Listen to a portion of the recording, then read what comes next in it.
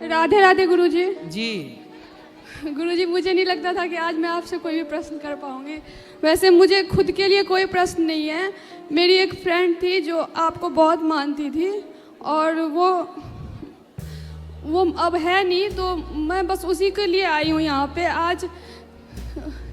वो चाहती थी कि आपके आश्रम में आके रहे, आप उसको रखो, लेकिन मैंने मना करा था कि तू गुरुजी के आश्रम मत जा, गुरुजी समझा के तुझे वापस कर देंगे। और शायद मुझे ऐसा लगता है कि इसी वजह से उसने सुसाइड कर लिया। तो कहीं ना कहीं मुझे उस मतलब ये अंदर ये होता है कि मेरी वजह से उसकी डेथ हुई, तो मैं उस चीज़ को सुसाइड क्यों कर लिया, क्या प्रॉब्लम थी उसकी? राधे राधे दोस्तों, स्वागत है आपका फिर से एक नई वीडियो में। तो दोस्तों यहाँ पे प्रश्नोत्तरी चल रही है महाराज जी की, और प्रश्नोत्तरी कार्यक्रम में यहाँ पे ये बहन आती है और बोलती है कि मेरी एक फ्रेंड है जिसने सुसाइड कर लिया है।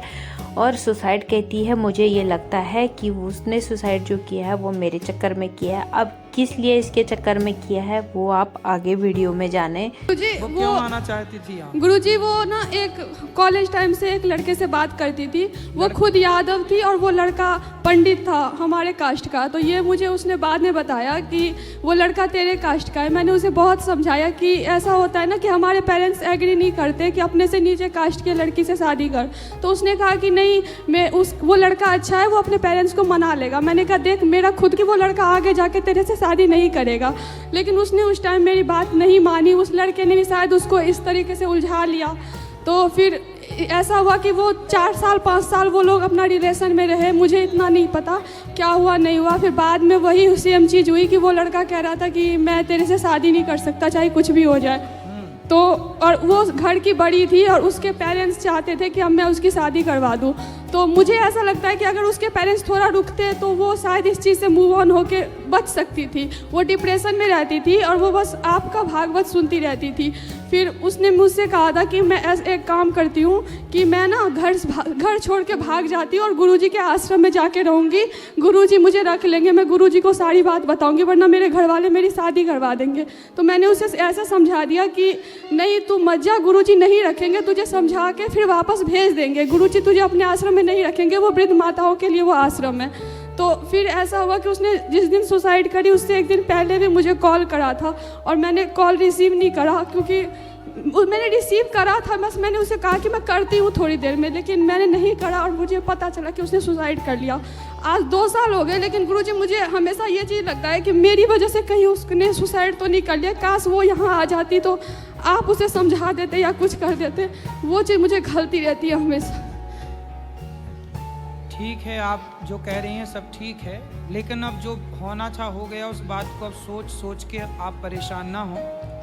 गुरुजी क्योंकि वो बहुत बड़ी थी, मैं किसी को बता नहीं सकती। ये मेरी बहन है, ये मेरी माँ है, सब किसी को मैं ये चीज़ नहीं बताती, क्योंकि ये लोग गुस्सा करते, कहते कि दोस्त के लिए कोई नहीं सोचता। मतलब बोल देते, मेरा आदमी भी बोलता है, लेकिन ऐसा होता है ना कि कोई सा भी एक ऐसा दिन नहीं जाता कि मुझे उसकी मतलब याद नहीं आती। वो बड़ी थी, मुझे ऐसा लगता है कि शायद उसके घर वालों ने उसका सही से क्रियाक्रम भी नहीं करा होगा, उसने जैसे सुसाइड कर लिया। तो आपको बहुत मानती थी गुरुजी, और मैं उसकी अर्जी लेके आई हूँ कि वो आपकी भक्ति, तो आप राधा माधव को बोलिए कि उसे अपनी शरणों में ले ले बस। बिल्कुल, बिहारी जी उसे अपनी शरणों में लें, यही प्रार्थना। तो देखा दोस्तों आपने किस तरह से गलत संगति में पड़ने के बाद लड़कियों की या लड़कों की जान चली जाती है। तो प्लीज़ इस चीज़ से बच के रहें और अपने अपने बच्चों का ध्यान रखें। और तो दोस्तों अगर ये वीडियो आपको पसंद आई हो तो प्लीज़ वीडियो को लाइक शेयर और चैनल को सब्सक्राइब जरूर करें। राधे राधे। और आप अब उस बात को भूल जाइए और उसे ऐसा नहीं करना चाहिए था। आत्महत्या तो किसी भी स्थिति में किसी को नहीं करनी चाहिए।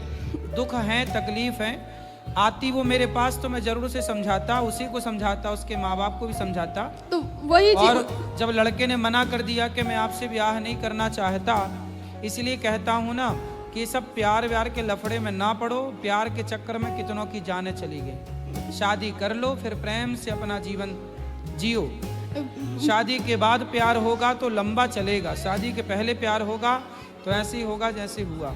बस मुझे यही पूछना था, यही कहना था आपसे। चलो अब उसे भगवान अपने चरणों में स्थान दें। आप इस पूरे विषय को भूल जाइए। राधे राधे गुरुजी। राधे राधे।